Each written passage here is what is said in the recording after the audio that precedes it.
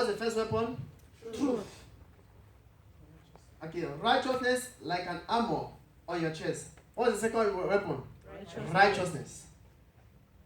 Go next again, please. And your feet sandaled with readiness of the gospel of peace. The third is what? Peace. They can put the gospel of peace. In every situation, taking what? Shield of faith. Faith is the next weapon. And with it, we'll be able to extinguish the flaming arrows of the evil one. Then it says the helmet of salvation. So we have salvation. We have the sword of the Spirit, which is what? The word of God. The word of God.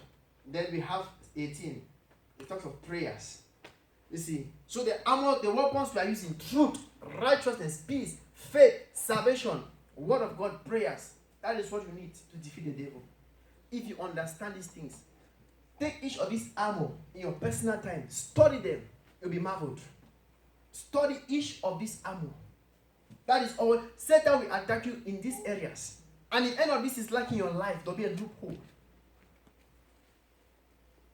What are these weapons designed to do? It says to pull down strongholds. What are strongholds? Strongholds are areas that the enemy has gained control of your life. Areas in your life that the enemy has taken captive. But the Bible says what? With spiritual weapons, you are able to pull down strongholds. With spiritual weapons, you are able to destroy satanic fortresses in your life. It may be a bad habit that has bound your life. It may be something you're struggling with. It may be an area of affliction in your life.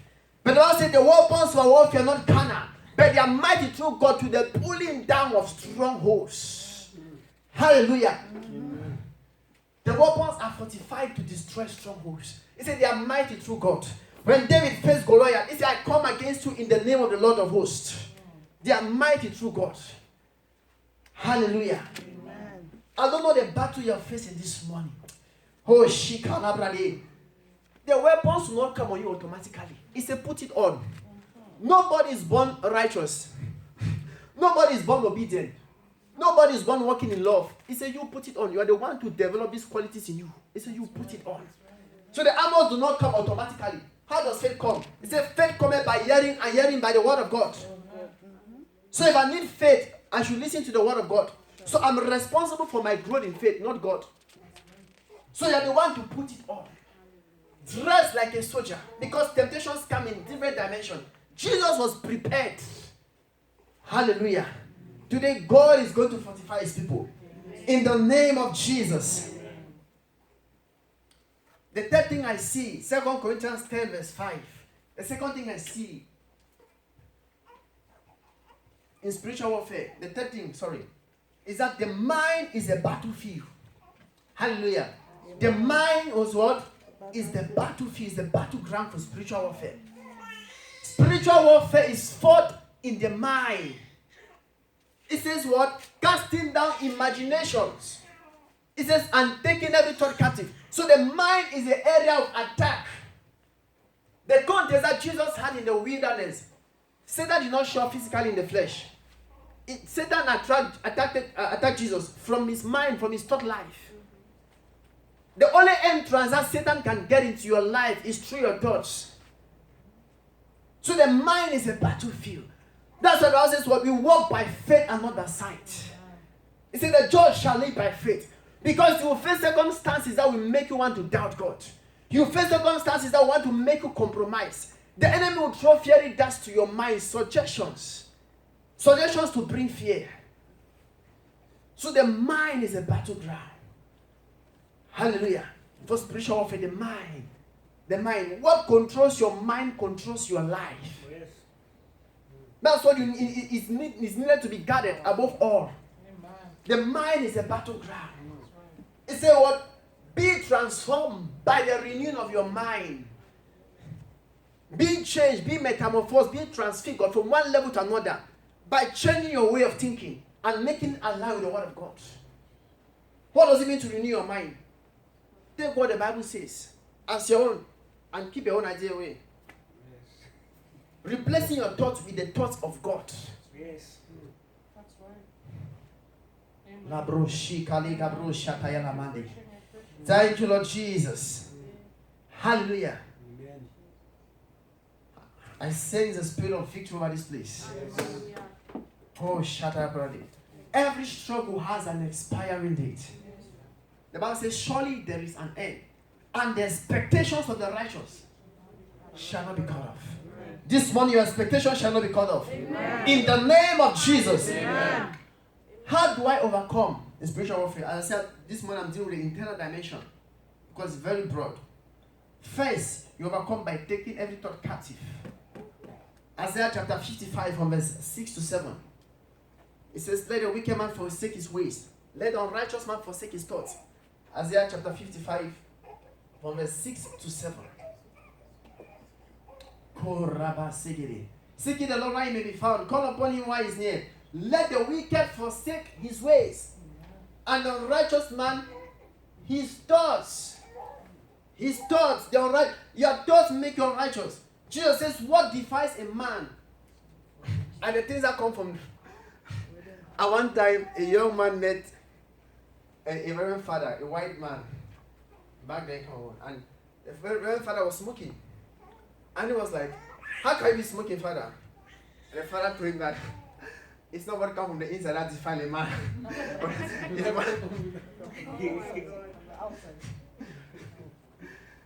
Hallelujah. Yeah. So, it's a thought. It's instead of righteous man forsake his thoughts. Let the righteous man forsake his thought. Any thought that is contrary to the word of God, this is what casts down imaginations. When man fell in the book of Genesis, read Genesis 6, the Bible says what? Every thought and imagination of his heart was evil continually. God looked at the Tower of Babel, they were building. God says, if you don't stop these people, it's a word they have imagined to do. Nobody will be able to stop them. Imagination. What you can imagine, you can perform. If you can think it, you can do it.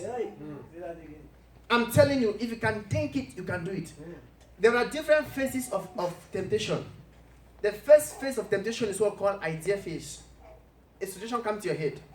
The second phase is what we call imagination. And the third phase is what we call emotions.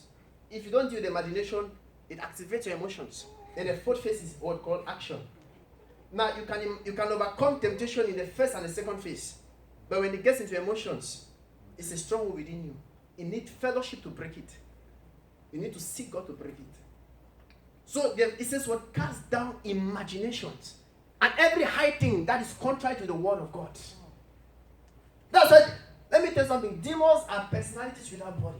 That's right. If Satan tempted Jesus, he also tempts you. That's right. So when those voices come, reply them with the word of God. It says, take you to the sword of the Spirit, which is the realm of God. Jesus said it is written. It is written. The last time he said it is said. He said it is said. Then the devil left him for a while. And Satan attacked you in circles. The Bible says Satan left him for a moment. The Bible says, if you read the Amplified Version, the Bible says he went and stood and waiting for another opportune time to come back. That's why people keep going back, going through repeated bondages. They keep getting delivered and going back. Why? Satan never gives up on anybody, no matter how anointed you are. If you are God's choice, you are the devil target. Right. Moses was born. Satan pursued Moses until when Moses died. Satan came to contest against the God of Moses. Satan came to contest. Michael was released. It told Peter, he said, Satan is planning to deceive you. So Satan will never give up. He attacks in cycles. That's why people go through repeated problems. The enemy attacks you, overcome him, he goes. Now you say, oh, I'm victorious. You want to relax. He shows up again. That's why you must be dressed continuously.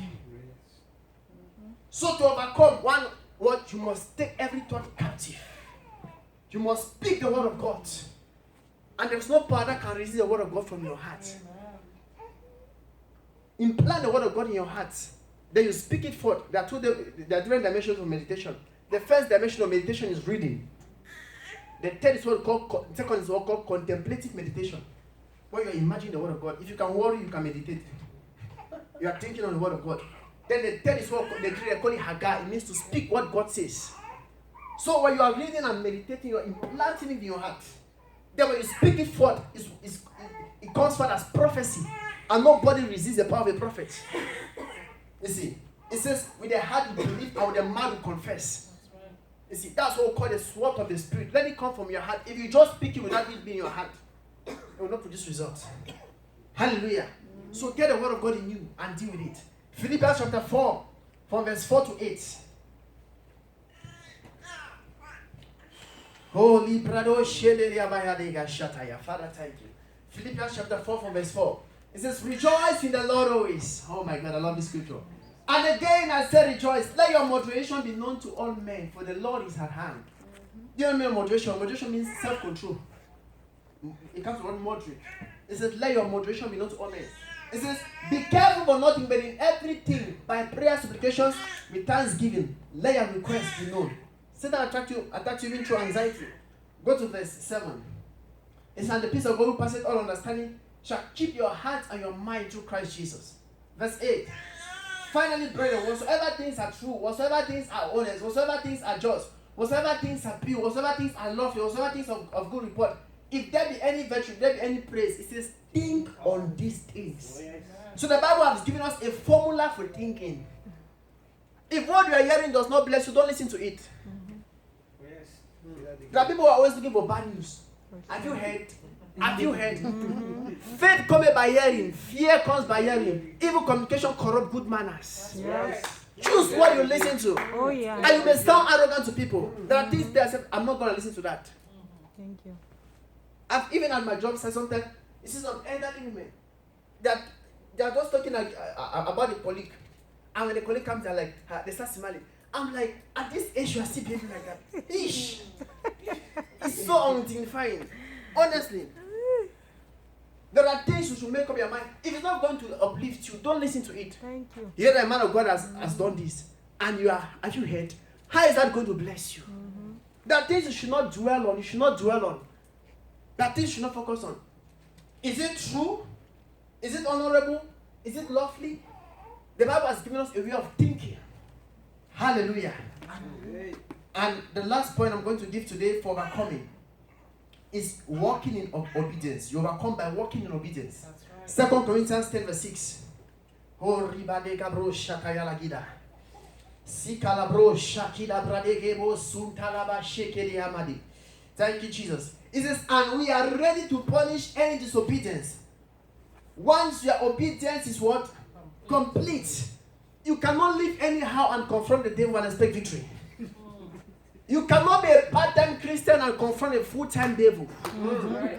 He said for you to win in spiritual warfare, he said your obedience needs to be fulfilled. Do you know that Satan has power? Yes. But his power is inactive. Why? Satan is a rebel. If you are a rebel, you are not authorized to exercise your power. He says, I give you power over all the powers of the enemy. Satan has power, but it has been ceased. It has been inactivated, dormant. So if you are walking in disobedience, God cannot back you. It says, for you to win in this warfare, you must make sure you are walking in obedience. In book of Romans 6, the Bible says, anything you obey is your master. It says, if you obey sin, it says, then sin becomes Lord over you. Then you want to confront the same devil. You are joking. The same devil you spent the night with last week, you want to confront it today. It said, when your obedience is fulfilled. So to win in spiritual warfare, there are a lot of things you need to put in place. It's not just shouting. I'm telling you. It says your obedience must be fulfilled. That's right. Yep. Put it in the Amplified version. 2 Corinthians 10:6. This is the last point. 2 Corinthians 10:6. It says, and we are ready to punish. That's another version. Okay, let me. Here in the Amplified it says,